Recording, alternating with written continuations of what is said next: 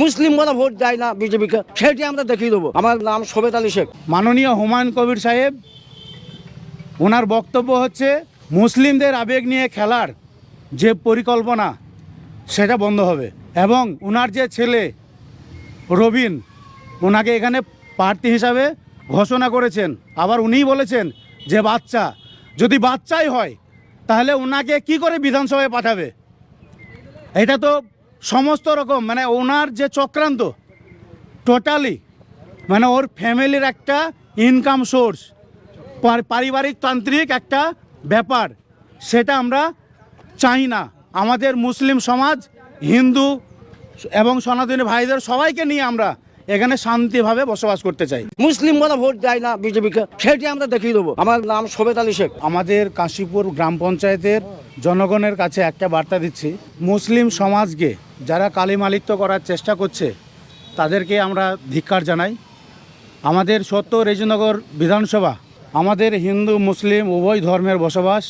আমাদের এখানে কোনো দাঙ্গা নেই, কোনো মারামারি নেই, আমরা খুব শান্তিতে বাস করছি। আজকে সরকার পরিবর্তন হয়েছে, এখানে যারা বেশি বাদরামি করবে আমি চাই তাদের দৃষ্টান্তমূলক শাস্তি দেওয়ার জন্য। এবং এখানে একটা জনসভা হয়েছিল, সেই জনসভাতে বিজেপিকে কটাক্ষ করে করা হয়েছিল যে সাঁটা ভাঙা মার দেবে। তার পরিপ্রেক্ষিতে একটা জনপ্রতিনিধি এমএলএ সাহেব, তার মুখ থেকে এরকম ধরনের উচ্চবাচ্য কথা শোভা পায় না, তার জন্য আমরা ধিক্কার জানাই। আমরা এখানে হিন্দু মুসলিম জৈন ধর্ম সমস্ত মানুষ একত্রিত হয়ে শান্তিভাবে বসবাস করতে চাই। আর এখানে মাননীয় হুমায়ুন কবির সাহেব, ওনার বক্তব্য হচ্ছে মুসলিমদের আবেগ নিয়ে খেলার যে পরিকল্পনা সেটা বন্ধ হবে, এবং ওনার যে ছেলে রবিন, ওনাকে এখানে প্রার্থী হিসাবে ঘোষণা করেছেন।